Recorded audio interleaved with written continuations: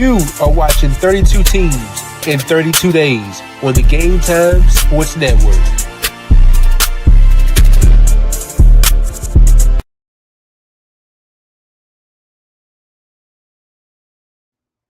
Today's sports world. It's up to all the sports lovers, the haters, the addicts, and the fanatics. This is Larry Patterson with GT365. That's Game Time. 365 Sports right here on the GTSN. That's the Game Time Sports Network. Mom, we back, baby. Yeah, we back, man. Took a little day off, but yeah, man. I feel like I got a new pack of batteries and ready to roll. You sure you got a new pack of batteries? Got a new pack. And they ain't them Rayovacs. These Duracells, brother. So I'm Hey, we ready. ain't got that. We ain't got that long to go anyway, man. Just a couple more teams. We enter in our third to last division. We got two more divisions after this one, so this one should be surely exciting to get into. Right now, we got the Indianapolis Colts going 8-9 last year and 3-3 in the AFC South. Shane Steichen in his two seasons, 17-17 as a head coach there. Anthony Richardson, couple 2 years in the league. Last year did not go the way that the former number four overall pick wanted it to. His rookie season, he was already, he played 4 games, and then after week 6, he missed the rest of the way. So that's a lot of football you missed already. And then last year, I think he had a concussion somewhere, and then he had the AC joint. Um, I want to say it was a hip injury somewhere, whether it was last year or the year before. But my man's been nicked up. Uh, and the Colts, I know the Colts just sitting back like this is not the way we imagined the investment on the number four overall pick to go. Um, the Colts started the season 6-7, hit the bye week in 2-2 in the last 4 games, missed the postseason for the fourth straight season. Among your thoughts on the Colts last season, and then I ask you after your opinion about the Colts season last season. Well, Larry, let me before I give you an answer to your question about the Colts last season. Let's back up a few years, right? So the Colts took Anthony Richardson fourth overall in 2023, correct? Yeah, 2023. Only 12 years of college experience as a starter. So the league, saw him as a guy height, weight, a traits guy. No redefinement in his game. I think the league knew that he needed some development, but it's like, hey, for the Colts, per se, since they picked him where they picked him, it's like, hey, this is maybe a lotto ticket because there's no guy that size, that heavy, that big, that can throw the ball far as he can. That's some stuff you just can't coach, right? You either you got it or you don't. He's one of those rare athletes, that run as fast as he do, being 6'5", a verified 6'5", 240 is 245. run a man over too. Yeah, absolutely. So the comparisons of hey Cam started coming out and yada yada yada and all that, but the year 2023, the coach he hired Shane Steichen from the Philadelphia Eagles as well, and he wanted to get his put his imprint on his roster, so that was his quarterback. And I think people want the fast success and the instant success. Like, why is it year 3 and he's not progressing like he should? And I think people need to understand that he only had one. I think he only had one full season of starting in college. As you said, 12 games 12 games. in Florida. So I wanted before you jump back on that, I want to read something real quick. So he's had injuries since his first season starting in college. So in September 11th of 2021, he had a hamstring issue, and that was in spring football. Hmm. Then he had a concussion October 30th of 2021. November 27th of 2021, he had a meniscus tear.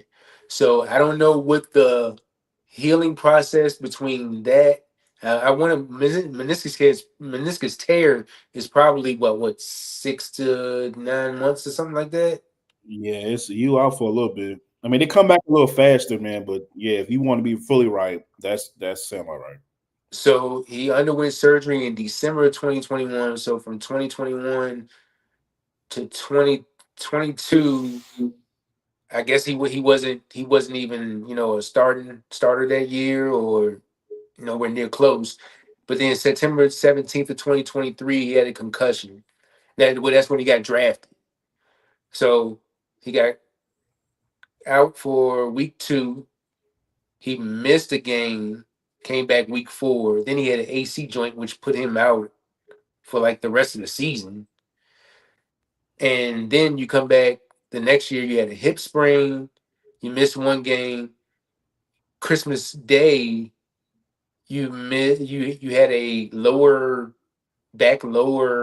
lumbar sprain pull, and you missed the final 2 games of last season. And then coming into OTAs, you had an AC joint sprain. Yeah, man. It's like what did we say a couple shows ago? If you stay hurt in college, you're definitely going to stay hurt in the pros. But yeah, all those injuries are accurate. But back to what I was saying, when you take a project with 12 starts, you know, everything in this society is microwave now. And I'm gonna say this, for the record, I still believe in Anthony Richardson. I just think a change of scenery is needed. That's just me. Preface this before we go into get deep dive into the team. So I mean, you have 12 starts under your belt, and 40 below 40 50% completion percentage. There's time to develop, and I thought Shane Steichen coming over from Philly, Jim Irsay, to the late Jim Irsay, rest in peace, Jim Irsay. Rest He in would give peace. Steichen a little leeway to develop him. But obviously, like you said, injuries derailed some of his rookie years, some of his sophomore year.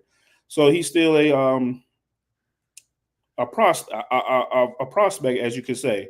But the fans of Indy's like, okay, here it is, week year 3. This is it for you. So yeah, I think it's a tough road getting acclimated to the NFL, coming off 12 starts, as I repeated like 4 or 5 times. But I think it was an up and down year for him. Not the year that he was expecting. You can't help injuries, but we also know the famous tap out on the head that caused a medium firestorm, which I thought was maybe a little overblown, maybe. But you have professionals out here saying, "Hey, otherwise," and say, "Hey, you're a professional. Are you not taking care of your body like you're supposed to Monday through Saturday, or whatever?" So for him, he's underwhelming, disappointing for him. I know he was disappointed, but for the team in total, 8-9. That's right where I thought they would be. They had some bright spots. Jonathan Taylor, one of the best backs in the game. My boy And Pittman. his Go ahead. Go ahead. he had his second highest total rushing at like 1,400 yards. That's all I just wanted to jump in at. Yeah, and then you had Michael Pittman, coming on as their number one. Then you have Josh Downs emerging, and then you had the offensive line that was pretty decent as well. And then you have old reliable on the defensive side of the ball, DeForest Buckner, still getting it done at a older age now. And then I think Kitty Moore is still there. He's gonna give you some good playing in secondary. But other than that, man, I mean, they probably overachieved, to be honest with you, probably what they should have. That's just credit to the coaching staff. But yeah, man, the season for the Colts in 2024 was a little derailed by your franchise quarterback injuries, man, not fully getting a full season under his belt to really get the speed of the game and learn Shane Steichen's X's and O's and take his game to the next level. So that's what I think about the Colts 2024 season. And I want to okay, so Shane Steichen, he's coached Justin Herbert. He's improved his play a little bit from the time that they had together. And then Jalen Hurts is the more recent one where, they went to the Super Bowl. They went to the Super Bowl that year when they that was the 70 sack season for them. I believe, I Mm, believe so. 2017. No, 2023 when they played the Chiefs the first time. Yes, He yes, was sir. Yes, so sir. he was okay. Yeah. Sir. So You worked with Jalen Hurts that year, and Jalen Hurts was pretty damn good that year. He balled out in So, the mode too. So and the big reason why I feel like Steichen got that job is because of the work that he did with Jalen Hurts. Mind you, Jalen Hurts, I don't think he looked like that with his first year. Because he wasn't even supposed to be the starter, but then Wentz got hurt. So um, I'm looking at what Steichen is doing for these quarterbacks. Now I know every quarterback is different, every person is different, and I'm looking at the hope and the possibilities of what he could do for Anthony Richardson. And then you see Anthony Richardson play. You see he got the arm, and you alluded to it earlier. He's got the arm, he's got the legs, he's got the build, he's got everything you want in a franchise quarterback. Only problem is decision making for one, and then health. The most important part being available in games. He's only played, I want to say 15 games in his career. mm-hmm. Um, if I can get back to it real quick, he's played 4 games his first season, and he's played 11 games his second season. As I said a little bit before, if you're ownership, if you're a GM, you're not really feeling good about this 23-year-old coming in that you invested this high pick on. But that I don't know if I talked to you or if it was I think maybe it was you, but you weren't really too high on them taking that pick. So if you're a GM, would you take that pick? Would you take him? Done? It's well, like I said once again, how much do my ownership let me? How much leeway do they give me? But Larry, if you can help me out with the GM's name of the Colts, he's been there forever. Ballard? Chris Ballard. He's been there forever. So he's been successful there. He's hit on some draft picks there. So you as Ursi at the time, it's like, okay, you know what you're doing. You've been around. I mean, dang, you gave us what? Andrew Luck? So it's like, I think he was there when Luck was there. I think he was the GM there. I think he became GM in 2017, I want to say. 2017. I think so. But We'll he look up. might have been in the building. Let Right. me yeah, go ahead. Let me Might have- research it. He might have been in the building, was there. So you've been around the gambit and done everything that we needed, and I trust you. So I mean, yeah, I mean, I probably if I was a bet man, like, so think about this: if you're picking that high in the draft, Larry, and viewers, as well, if you're picking that high in the draft, more than two things need to happen. You need to hit a quarterback. You need to hit on a quarterback. You need to pick. No, you need to pick a quarterback. And you need to hit on the quarterback because ultimately those two things are going to save your job for sure. Well, at least extend your tenure as a GM of a franchise. So I think they were at a crossroads to where they didn't have an answer. Like, they were still searching for an answer after Andrew Luck. Yeah, they may have had Wentz in there for a year or two or whoever, but they had to finally settle on a franchise quarterback. And I think at that appropriate time in that life cycle of that team, that dropping Anthony Richardson there at number 4 that year was probably the right move. Um, in hindsight, just because you're just trying to find that next guy. And we all know in this league, if you don't have that guy, you do not have a chance. You know what I mean? And like I said, it's a big lottery ticket. Each draft pick is a lottery ticket from pick number 1 overall, to pick 257. Each of them is a lottery Thanks. ticket. Sometimes you hit, sometimes you strike out. Let's look at Tom Brady picked 199 in the 6th round 25 years ago. A lottery ticket, you know what I mean? But Peyton Manning, that was a give me. So, but Jamarcus Russell, in my case, that was a flop. You know what I'm saying? It's just, this is the way the person develops and how they end up shaking out. So, yeah, I think at that point in time, that was the right play for them. Fortunately on their side, hey, they still have him in the building and they know him better than anybody else do. So maybe they can salvage something. But, as we're going to talk about here down the road in a few minutes, the signings that they brought in at that position and what we're reading out of Kent right now, that, hey, this might be the end of Anthony Richardson as a Colt. So, Yeah, I went on the X earlier and trying to find some Colts information, and I seen a video of him throwing the ball. Of course, it's training camp. That don't mean anything. I need to see real game time action. Yeah. So before we move off from Anthony Richardson, I want to list off his record so far. He's 8-7 as a starter in 15 games, 50.6 completion percentage, 2,391 yards, 11 touchdowns, and 13 interceptions.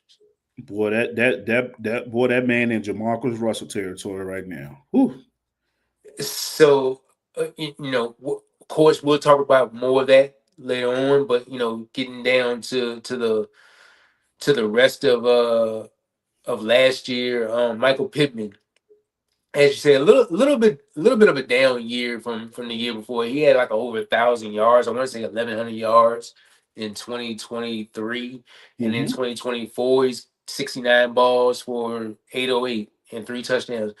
Uh, Joshua Downs, 803 off 72 catches and 5 touchdowns. Alec Pierce, who I think we'll talk more about him. He had 824 yards. I think he led the league in yards per reception, 22.3. So if you're like a team that needs a receiver going down, like maybe hell, who knows if they want to pay him this year or next year, because he's a free agent. So who knows if they want to go ahead and get on and up out of that and get rid of that early, that he could be a candidate for that. Or for an example, a Tampa Bay going off of a Mike Evans. Say Mike Evans, about to retire. He could be a candidate for that. Pretty much same type of receiver. So 7 touchdowns from him. Adonai Mitchell had struggles with some drops, 312 yards, 23 receptions. I saw this as I was looking at their roster. So, of course, you got Richardson, who was drafted in the first round, pick 4. Daniel Jones, who we'll talk more about.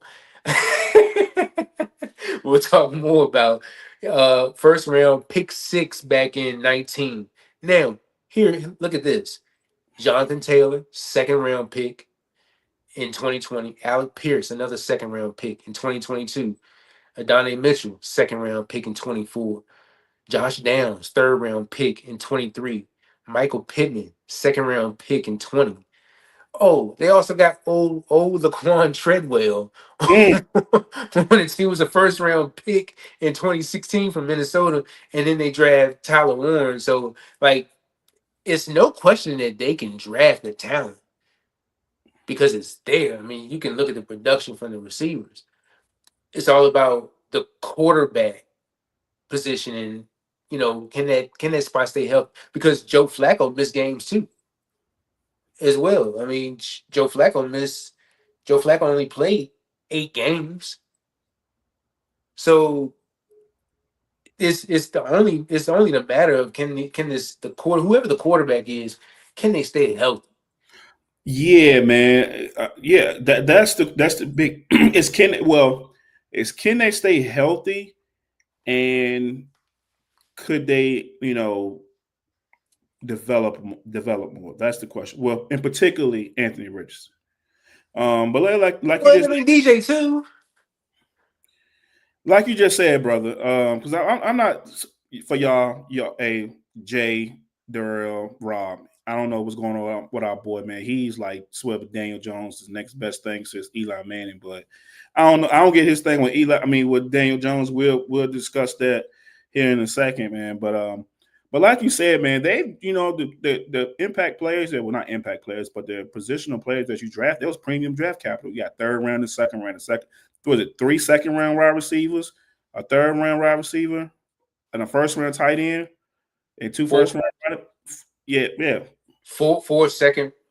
Well, yeah, three second wide receivers and 1/3. Yeah. Yeah, so this premium position, premium capital that they're spending on these wide receivers, but like you said, they're just hitting the mark on the main position that you need to get right, and just to defend the Colts a little bit, they're not the only team that's still struggling with finding the right guy. Yeah, you might have temporary stop gaps here and there, but you 9 times out of 10, the last person or the last quarterback that I can remember, help me if I'm wrong, that went into free agency and became a franchise starter was probably what Drew Brees and Rich Gannon, and that was back in like 2002, 2006 when Brees came over from the Chargers and Gannon came from wherever he came from. I can't remember. I'm drawing a blank right now, but yeah, man, you're not going to find them in free agency, so you have to draft. And we all know, like I said before, the draft is a gamble. But I agree with you, man, about the picks and premium capital that they spent. Going to the defensive side of the ball, they had 4 defensive players that had 100 tackles or more. Had Zaire Franklin, had 173, and I believe that led the league. It might have been a career high for him. Nick Cross, 146. EJ Speed, 142. I think they let him walk in free agency. And then Jalen Jones at 100. Tackling machines, boy. Woo. Uh, the sack department, Quiddy Pay, he led the former first round pick. I think he was pick 11. Out of Michigan. absolutely, of course. Uh, he had 8 sacks. DeForest Buckner had 6.5, just playing 12 games. The first round pick, Laiatu Latu, Mhm. he had just 4 sacks. And as a team, 36 sacks. Not enough getting to the quarterback. And then the interceptions, Nick Cross, Julian Blackman, and Kenny Moore all had 3. So defensively, this team, I don't think they really had it like that. As I'm reading off, they were ranked 29th overall in defense, 26th in the pass, 24th in the run, 24th in points allowed, 25th in sacks. Just the only bright spot about this team was like their rushing offense, and that was ranked 8th. Mm. And as we talked about with Jonathan Taylor having a pretty good season last year, and then we'll get into his potential replacement with Your guy. yeah, well, my guy. We're not even going to talk about him right now. We'll talk about him later on. But key additions for this team got Charvarius Ward, who got a nice deal. Uh, Cam Bynum, a nice deal as well. Khalil Herbert, running back depth. Corey Ballanton, Neville Gallimore, Daniel Jones. Key losses for this team: Julian Blackman, Ryan Kelly, center. Will Fries, just EJ Speed, a couple other guys, just some Jags, but 17 starters returning, 9 on defense, 8 on offense. So yeah. Yeah, man. I think the key additions. I mean, key losses on offense. I'm gonna go twofold with this, right? Mm-hmm. Yeah, you lost Will Fries. I think two of the Colts linemen went to Minnesota, if I'm not mistaken. Like Will Fries and Yeah, somebody. Will Fries and I want to say somebody else did. Um, maybe one, but Will Fries and them losing a key loss and a key addition to this team. Last year's key loss was Christian Darrisaw. For me, not the player, not the free agent wise, but a player on the field. No, mhm. not Christian Darrisaw. What's his name? I'm thinking about Minnesota. I'm thinking about Minnesota and Will Fries. I can't think of the boy name right now, but key losses was Will Fries, Julian Blackman. I don't know where he's at now. You can help me out if I'm wrong. I'm not sure where he is, but the key additions, I think Charvarius Ward coming over from Saints. that's where he went. Charvarius Ward coming over from San Francisco will give the corner room some more stability. We know Kenny Moore is getting up there in age. I think he's hitting his 31 season. Charvarius Ward, he's not, no spring chicken, but the way he played in San Francisco the past couple weeks, a couple years, I can't talk today for some reason, Chad. Definitely will give this boost to the secondary of the Colts where they finished 2020s, bottom half of the league. So I think those are some of the key additions and key losses that will ultimately make or break the Colts season. Let's check the draft picks out real quick. in the first round. They took tight end Tyler Warren, and we talked about him in the previous show when we was talking about our draft picks. JT, Two my of my, guy. yep. You're my guy for the difficult last names. What is it again? JT Tuamalaw. Tuamalaw from Yeah. Ohio State, pick 45. In the third round, they took cornerback Justin Wiley from Minnesota. Fourth round, offensive tackle Jalen Travis from Iowa State. In the fifth round, my guy DJ Giddens from Kansas State, who I think could have a nice role on this team. They took him in the fifth round. Sixth round, quarterback Riley Leonard from Notre Dame. Also in the sixth round, they took Tim Smith, defensive tackle out of Alabama. And in the seventh round, safety Hunter Worley from Wisconsin. So I think I love the Giddens pick. I love the Tuamolau pick as well to add more pass rush there. And of course, I love the Tyler Warren pick. I'm just like you, man. I can't talk today. I Um, can't get it together to save my life today. but of course, I like the Tyler Warren pick because that gives them a threat that they desperately needed. Um, Tim Smith could become a rotational guy down the line somewhere. You know, also as well as Jalen Travis could earn a spot somewhere on a starting line. You know, depending on how everything goes in training camp and preseason. But so who's your bright spot in this draft class? My bright spot out of this draft class, I'm gonna go two people. I'm gonna go the first two. I'm gonna go JT Tuamalaw and Tyler Warren. You know, for all you guys that didn't know, Tyler Warren's a Virginia kid. You know, out of Mechanicsville. So he's a homer. So Tyler Warren at Penn State.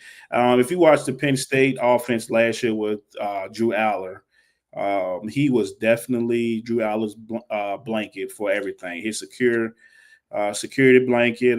He had the ball numerous ways. Jet sweep. He lined up at quarterback, played up in the slot, played tight, played out wide. He just did played fullback. I mean, he just did so much. He was Mr. Swiss Army knife for the Penn State Nittany Lions last year, and I actually believe he was tight end one behind my guy Colston Loveland, but you know, apparently Chicago jumped up and took Colston Loveland. So, I mean, but he didn't go too far behind. You was really splitting hairs between those two. It's like pick your flavor of the week, you know, ice cream between those two. And then JT Tuamalaw coming out of Ohio State.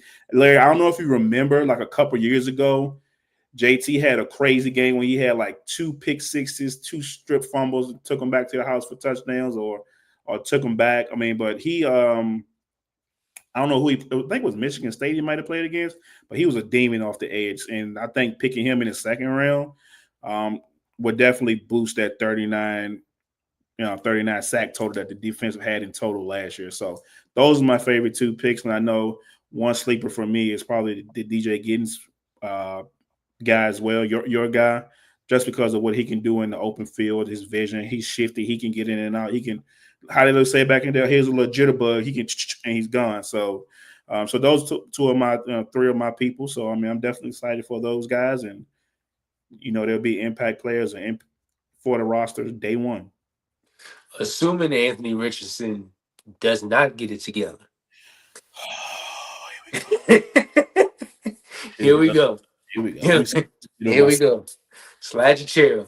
Yeah. Assuming Anthony Richardson does not get it together, by the experience that Shane Steichen has with running quarterbacks, is there a chance that Daniel Jones could resurrect his career in Indy? What you mean by resurrect? Well, I mean, you know, it's at a downward spiral right now. He's not even a starter. He was a 6th overall pick, and look at him now. So you mean like resurrect, like, hey. Well, I mean, let me back up, because it's not like he was up here anyway, but he did lead his team to the playoffs in Brian Daboll's first year as head coach. So I give him a little pinch of credit there. Ever since then, it's been on a downward spiral. So okay, so can Shane Steichen fix Daniel Jones? How about that? Can he fix Daniel Jones? No. Can he scheme it up and for him to have success? Absolutely. Um, but I will say this: Steichen has, as you alluded to earlier, Steichen has a track record with running quarterbacks. So maybe he can put Daniel Jones in some situations to where he can get on the edge or whatever. See, yeah, no, we're not doing all that. We need you to hit the AOB gap and get on about your business. The reason why you was back there doing that, that's why he in Indy now and was in Minnesota last year for the playoff run. And he got that's exactly stop playing with that man. But on a serious note, he probably could put him in some good situations. I think Brian Daboll for what he did with Daniel Jones in that playoff run he had was, nothing short of amazing. No disrespect to Daniel Jones, but I think the weapons he had around him and it was a decent decent weapons. But I'm going to say this: I really think that Daniel Jones, and this may shock you, it may not shock you. I honestly believe Daniel Jones is going to be the starter opening day, only because my boy, he's still not healthy. He's still recovering. And, sometimes perception is reality. Indy fans, they know him better than we do. Some Indy fans are probably done with him. You know what I mean? Done with Anthony Richardson. So that's like, you know what? Let's just get through the season with Daniel Jones, get us a high pick potentially and draft another quarterback. Because, like I said, this is a microwave society. If you did it 2 years in a row, ain't nothing gonna change the third year. Maybe the light bulb not's gonna come on. So I can see Daniel Jones winning the job and faring well, but I don't know if it's gonna be enough to get them to ultimately where they want to be as far as winning the division and hitting the wild card or whatever. I bet that comeback player of the year for Daniel Jones is probably at like plus 3,500 right now. I know you got some change on it. I know you do. I'm putting 50 cent on it, baby. Put 1,000 on I ain't got that. it. Ain't got it. That's all you right there, bud. Uh, The offensive line, if you look where they've been drafted at, like it's been kind of been everywhere. It's been everywhere. So like they lost out on Ryan Kelly. Of course, we alluded to that. At right tackle, they got Braden Smith, second round pick. Matt Goncalves, uh, third round pick. Is it Goncalves? yeah, you're right. You're right. Okay. Third round pick. Tanner Borderlini was a fourth round pick last year. Quentin Nelson, still there. And in 2018, he was a sixth overall pick. And then Bernard Raymond, a former third round pick. That's your starting five right now on the front line. What do you think about this offensive line? Because I think I had the sack totals in front of me. Like they didn't give up a lot of sacks. I think Joe Flacco got sacked 18 times, and Richardson got sacked 14 times. Yeah, Like, Flacco 40. He ain't moving. yeah, right. So that's not bad numbers. You know what I mean? I mean, still you in the teams of giving up sacks for your quarterback, but at least it's not 68. It ain't 30 something. Right. So what's your thoughts and expectations on the offensive line going into the season? Well, I expect the young guys to keep developing like Borderlini. That was you said a fourth round pick for them last year. Yeah, Third or fourth round pick. I expect him to develop and keep his starting role. But Quentin Nelson continue being the old Quentin Nelson, All Pro, Hall of Famer. I don't expect nothing from him. Anything that he's been doing in the past.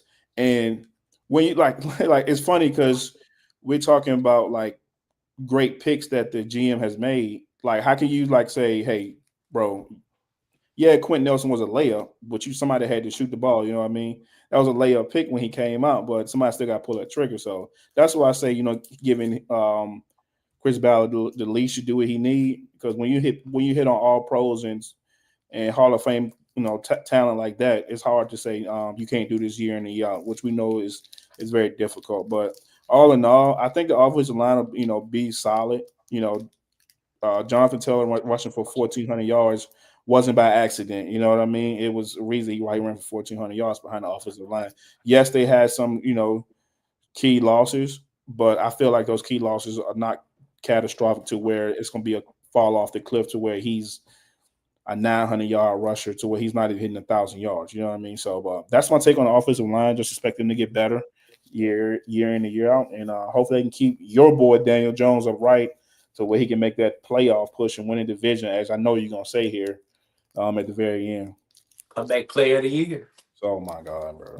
You can stamp it. Quiddy Pay, Grover Stewart, DeForest Buckner, Leatu Latu. You also got Samson Ebukam and Neville Gallimore, who hasn't really shown much since he's been in the league. And then with your boy JT, how do you fare this defensive line? Do you think this defensive line will get more than 36 sacks as they had last year?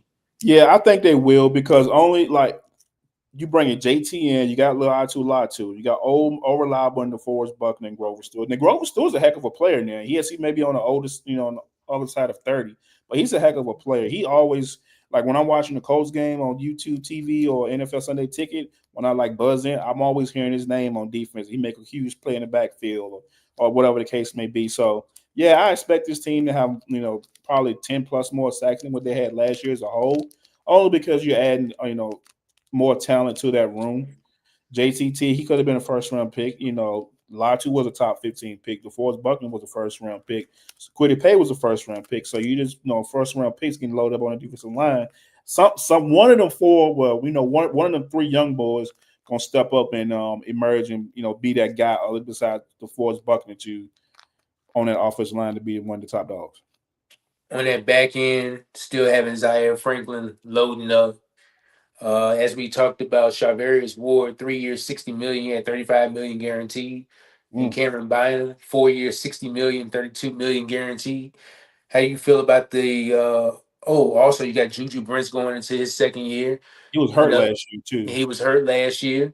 So another chance to get it right. How do you feel about this secondary going in? I like Cam Bynum. I didn't think he was gonna get out of Minnesota. I thought they would at least kept him around, but money talks, and the rest of it. Yeah, man, they redid their secondary, with in free agency where they thought they needed the most help. Charvarius Ward, he done been to a couple of Super Bowls. He done played in the big game, so he's a wide, savvy vet.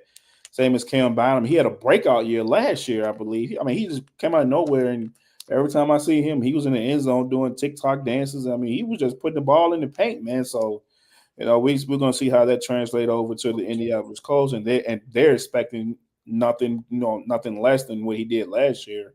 And then Juju Brent's coming off an injury. I think it was a second round pick in 23 or 24. I want to say 23 or 24. Correct. Help me out, Larry. But I'm expecting some things from him. He was a great prospect coming out of school. So 23. So he's been in the league 2 years. Second round pick. There you go. Yeah, man, I'm expecting better play from this defense, along with the savvy vet Kenny Moore that's predominantly in the slot.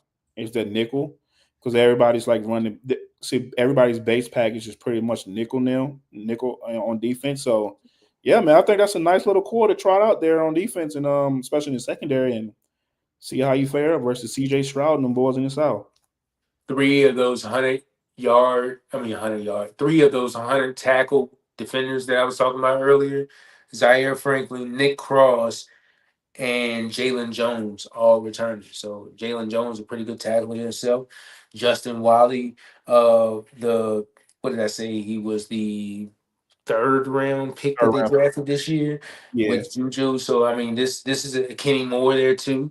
So this is a group that's going to continue to grow together. I can definitely see them getting better. So with Lou Anarumo as defensive coordinator, and so Lou Anarumo's been in the league for a minute. And I looked at his numbers, and I thought his numbers was a little better than what I thought they were. Come to find out, the only time that he had a meaningful ranking, and I know this really doesn't mean a whole lot, but a meaningful ranking was 5th in run defense in 2021, and he was 7th in run defense in 2022. Other than that, his run defenses and his pass defenses have been like, Yeah, and that 2021 year is when they went to Super Bowl. Yeah. Exactly. So, but I like Lou, but I'm gonna defend Lou a little bit. I don't think he was the reason the defense was bad in Cincinnati. Look, what have the Bengals really gave him on the defensive side of the ball to work with? I agree. That's my thing. And chat, if y'all disagree or whatever the case may be, please comment down below. Um, what have they gave him to work with? Nothing. Nothing that they gave him worked out. He got came into a situation where he had Trey Hendrickson, Logan Wilson. So Trey Henderson, Logan Wilson. Um, that's pretty much it. Your first round picks ain't hit. Oh, you had Jesse Bates for a little bit before he left. You let Oh, Jesse. it's, yes, Yeah, we always not paying your talent. right. You let him walk out the door for nothing. You get nothing in return. He goes to the A. So it's like, what have you gave Lou Anarumo to work with? But like I said, somebody had to be the scapegoat in Cincinnati for their failures. We know this is not a Bengals episode. We know this is a Colts episode, but I feel like I got to do Lou Anarumo some justice by saying, hey, you got to get a man something to work with. If you don't get no man nothing to work with, you can't make sugar out of whatever. You know what I'm trying to say. Oh yeah, I definitely get what you're saying. So, uh, once you give the guy some talent, you can see what he can do, Absolutely. and the Bengals kind of failed on that, and they're still kind of failing there, not even getting Trey strapped up, and then with the rookie just coming back. But So that's just as like you won't let's look at the Rams per se. You give Raheem Morris, Jalen Ramsey, and Eric Donald, you get a Super Bowl out the deal. But then he goes to get a job. So why can't you do Lou Anarumo the same way? Go get him some players to get you back to where you need to get to. So I think Lou Anarumo has a great situation. Well, I'm not gonna say a great situation, but a better situation than what he had in Cincinnati. So I expect his defense to be right there in mid whatever of the rankings this year, and that's because of the influx of talent on the defensive side of the ball that he wasn't getting in Cincinnati. totally agree. Let's go schedule. Yes, sir. My favorite part. Week 1, they are at home. So the first 2 games of the season, you're at home. You face the Dolphins, and then you got the Broncos. 2 wins. Uh, Say that again. 2 wins. Back to back. I don't know. Miami can go in there and Tyreek Hill pass for like 350 yards. And I was more taking a shot at the Broncos more than anything, but I know you was. I was just totally ignoring that because yeah. I know we're gonna go in there and probably win that. So Not if Daniel Jones playing, you ain't winning. What? Come week back better three, year. week three, week 3. They are at Tennessee. So you open up your third game of the season against a division opponent, and then you head to the Rams. I don't know about that. Good God. Uh, so then you back on you back at home. 2 games you playing the Raiders, and then you playing the Cardinals. So I can see them. I can see them winning the Raiders, man. To be honest. Absolutely. And then week 7, you're at the Chargers. Week 8, you're back at home against Tennessee. Dang, you play Tennessee within first 10 games twice. Week 9 at Pittsburgh. Week 10, you're across the pond and you play in Atlanta. Mm-hmm. Then you hit the bye week in week 11. Week 12, you're at Kansas City. Week 13, at home against the Texans. Then you're at the Jaguars. And then week 15, you're at Seattle. Week 16, you got a Monday night game. The only primetime game that they have is a Monday night game against San Francisco. I don't know where they get a Monday night game versus San Francisco 3 days I, before I, Christmas. I Crazy. don't know. ESPN, man. But then the Monday night against San Francisco, that's at home. And then they had the week after that, they got the Jacksonville Jaguars at home before closing things out on the road in Houston for week 18. Um, I see some wins, but I see more losses. But all depending on what you were talking about with that defense. Go ahead. Nuh-uh. You see more losses than wins. Not Hey, was look, Daniel that Jones back there Daniel DJ can't do it by himself. Mm-mm. He said comeback player of the year. But nah, go ahead. I'm just playing. Yeah, go ahead, bro. No, but I definitely see some like it's some in between, some balance in between like those division opponents, especially when you get to Tennessee and Jacksonville because you don't know what you're gonna get. And then with the Texans, it's not a given because I mean they know each other, so Sure. you don't know how those division games gonna go. But the Miami and Denver game, that's two tough back to back games, and considering like you don't know what your quarterback situations are gonna look like, you got a rookie in week 3 who could still possibly win that. The Rams in week 4, the Raiders in week 5. I mean, Gino's sitting over there with a Ashton, with a Brock, with Cardinals. It's not an easy schedule. No, 1,000%. It's definitely not easy, man. Like I know I take a shot at. By the way, Chad, I'm gonna take a shot at the Broncos every chance I get when me and him on the camera, every chance. But yeah, man. Like it's you open up with Tyreek and Tua, then you got to see Pat Surtain, and then division, game with Colts and Titans. That's the division. Then you gotta go see. Oh, you gotta see Braden Fisk and Jerry Verse and Stafford and them boys. Then you gotta come to Vegas with Genty, with the lights, cameras, action out there. And then you come with a improved Cardinals team. And then you got the Chargers again, with Harbaugh. Then you got the Steelers with DK and Aaron. Atlanta should be better this year. As I talked to our guy a couple of days ago, James. Atlanta should be better. Okay, Kansas City, they're the Chiefs. Texans, hey, they got CJ. They got the better quarterback. Not saying that's a whole lot or it's the end all be all. They got a new offensive line as well, but we're going to talk about the Texans on a different day. Then you got the Jaguars with the new OC. So I'm not seeing a whole lot of wins, Larry. I'm seeing maybe 4 or 5 max. And that's probably, if you're going to get them, it's probably going to be versus the Titans twice. Probably beat the Jaguars, maybe it's because it's a divisional matchup, and probably beat the other team in the South because it's a divisional matchup as well. But I'm not seeing a whole. I'm not very confident in this team, man. Especially with even if it's Daniel Jones or Anthony Richardson on the roster. I'm not seeing a whole bunch of wins, which ultimately believe that hey, there might be some wholesale changes next year, quarterback and head coach, GM wise as well. That's just my personal opinion, Colts fans. If you're out there and if you hate what I'm saying, tell me I suck in the comments. Tell me how you really feel. But yeah, man, I'm seeing maybe 4 wins max. Top 5 pick coming up next year for the Colts. Stamp it. If anybody's watching, comment how many games you think the Colts will win this year. Um, Amon doesn't have them doing too well this year. I don't know how they're gonna do, but I'm just looking at this schedule, and you got some tough games in there, but you also got games in there where you can win. And how it boils down to how we've been talking about this team so far, it's going to come down to quarterback play, how this offensive line is going to look, which they didn't look too bad last year, and then how this defense is going to come. Absolutely. And while I'm over here talking crazy, they might go into Kansas City November 23rd and beat them. Then if they do that, I think was it Phillip Rivers that was there the time the Colts went into Kansas City and they beat them. it might have been. It's been a minute, but I remember I was like, yeah, I remember picking the game. I was like, Colts gonna win for some reason, and the Colts ended up winning. It was close, Yeah. but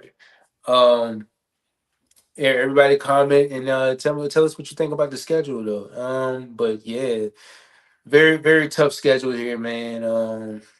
I hope Daniel Jones gonna get his boots laced up and go out there and prepare to win this comeback player of the year this year. So. Yeah, because between the Saints and the Colts, man, you put them in a wet paper bag and you try to see which one of them teams come out the bag. Boy, it's gonna be tough.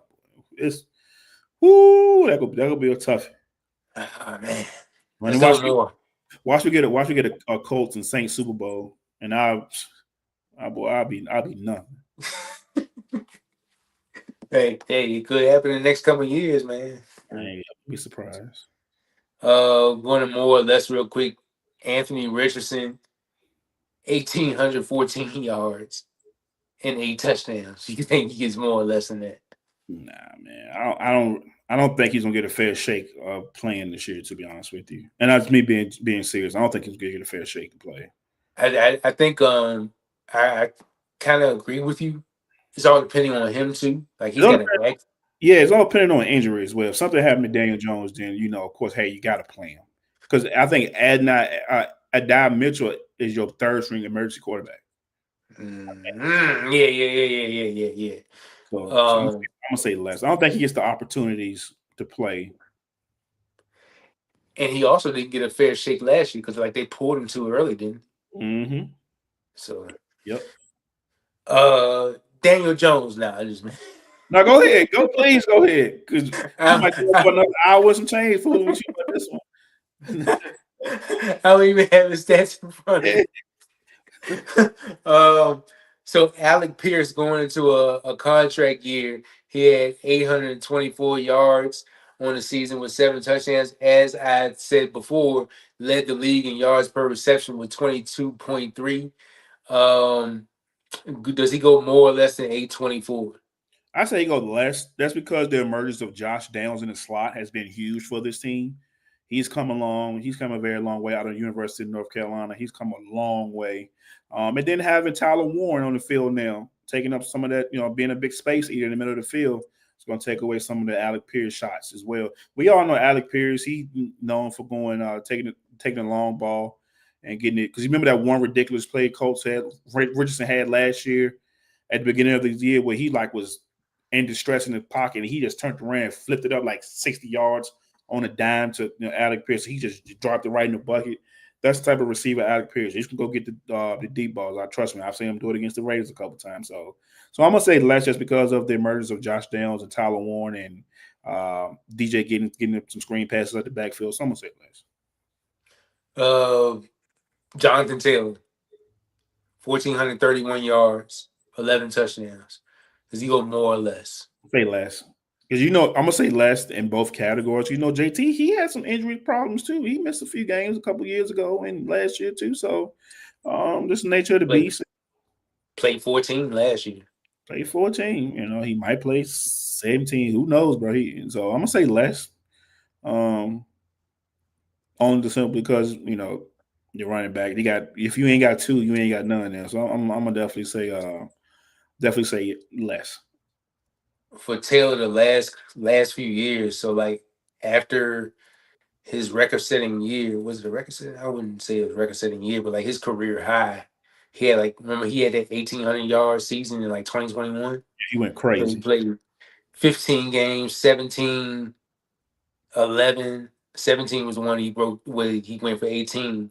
So then 2022 he played 11, 10, and then 14. So he has not been healthy, my brother.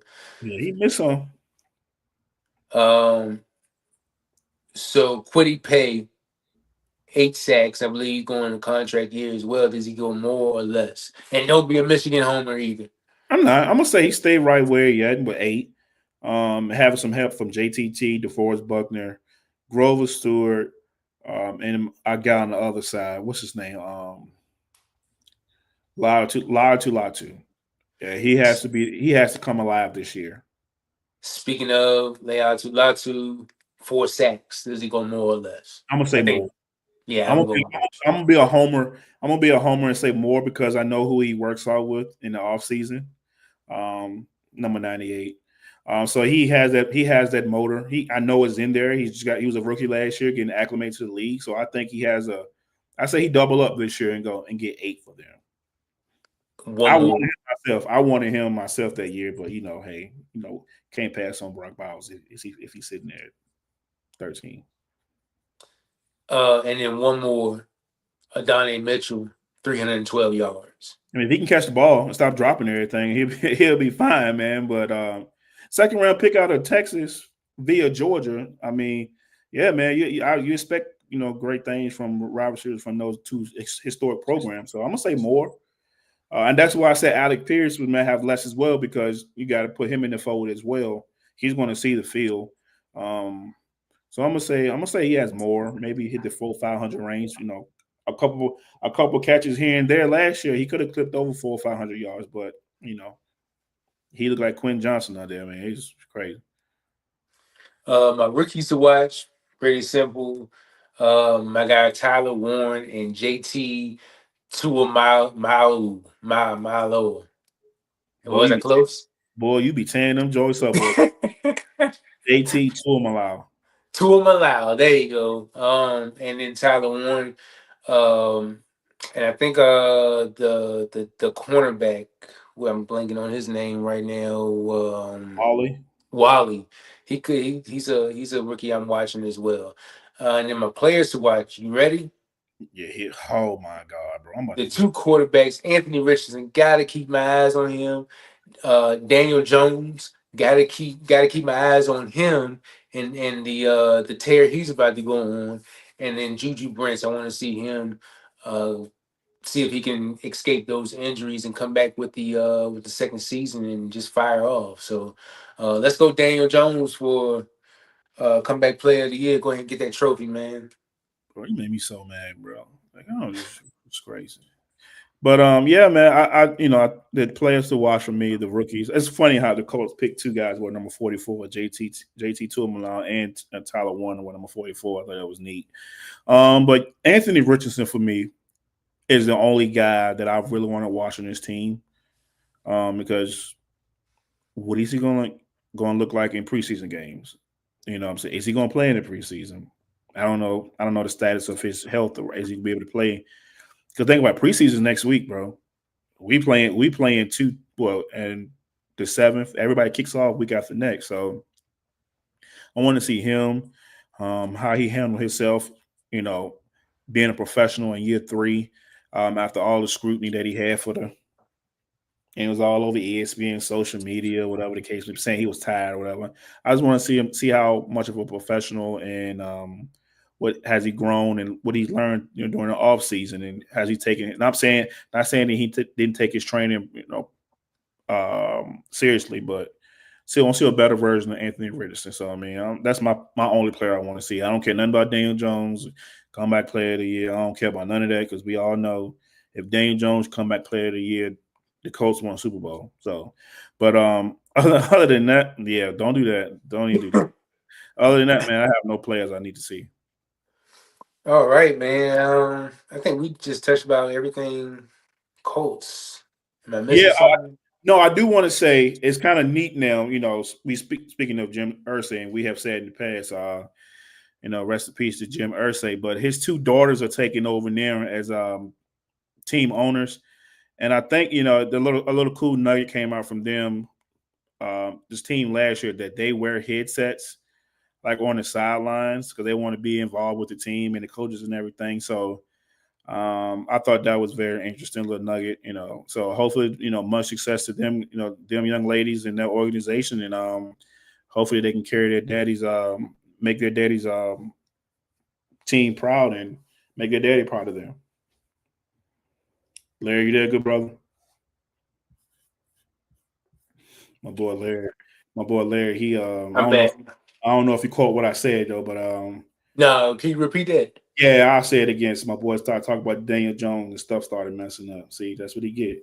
But but what I said was, you know, the Colts ownership changed this year, and Jim Irsay's two daughters are taking over the team now, and I think that's pretty cool. That a little nugget that came out is that they wore headsets on the sideline, had play calls and play sheets because they want to be involved with the team and learn as much as possible. So I think the hand me down to them, not hand me down, but the unfortunate passing of Irsay giving the team to his girls, and want to be that involved with the team says there's a whole lot about them as an owner. It speaks values to the franchise, and you have to vote these people in or whatever the case may be. I'm not sure, but for them two girls to take over shows a lot about them and what they're willing to do and to put a good product on the field. So I expect big things from them in the future, and I'm pretty sure they're going to make their dad proud of them as being minority owners in the league. Sure thing, sure thing. I have nothing else to add off that. But that is very good that they being involved because I mean, unlike our owners like Pat Bowlen, when he passed, like his children really didn't want anything to do with it. Absolutely. So when you got your children putting the headsets on and getting down to the dirty work and you know basically doing what he was doing, analyzing the football team, looking over things, and that's a good thing. It definitely blue and white skies around there, around that organization. So wishing the Colts all the best this year. The Colts can win the Super Bowl if Jo- Daniel Jones has a 2015 Peyton Manning 55-18 or whatever year they won the Super Bowl. He went crazy. Daniel Jones could be in a situation where he's throwing for like 3,000 yards and running for 1,000, because he can take off. Yeah, I wouldn't be I wouldn't be surprised. I mean, I wouldn't be Yeah. surprised. But yeah, man. I mean, you're higher on Daniel Jones than I am. We're just going to leave that at that. We'll fight that battle throughout the season. When we do our weekly or daily, however we're gonna do it the week before, and I'm pretty sure we're gonna I'm gonna be looking at them box. That Jimmy Butler meme when looking at the box score and he holding on the sideline like this. Every time Daniel Jones have a bag, I'm gonna pull that meme. I'm gonna send it right to you. This your comeback player of the year. That's exactly what I'm gonna do. But that's all I got for the Colts this episode. I'm not sure what we're doing tomorrow. Maybe Larry, We're doing the Titans tomorrow, and we got Mike Patton from touring the AFC South. He covers the Titans. He covers everybody in the AFC South, but the Titans specifically. So we'll be talking to him tomorrow, and then we'll figure the other ones out as we go along. But I was going to touch on the Daniel Jones situation. I'm only going for the scheme, and because of the coach, and because I think that he can do some great things.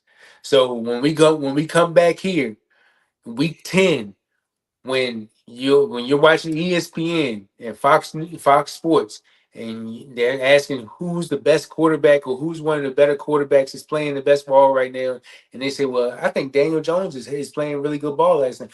Look at Sam Darnold. Did we ever think that Sam Darnold was going to be playing the ball that he did last year? I know he bombed out toward the end of the season, but you mean to tell me Daniel Jones can't do that if he's dubbed the starter? No. I'm hoping Richardson does get the start, but I'm saying you don't believe on him, but you know what? Yeah, Larry does. yeah. You hungry? I'm gonna let you go and get something. You tired? You work hard today, bro. So, but I ain't got nothing else. We'll see y'all on the next one for sure. Until then, everybody.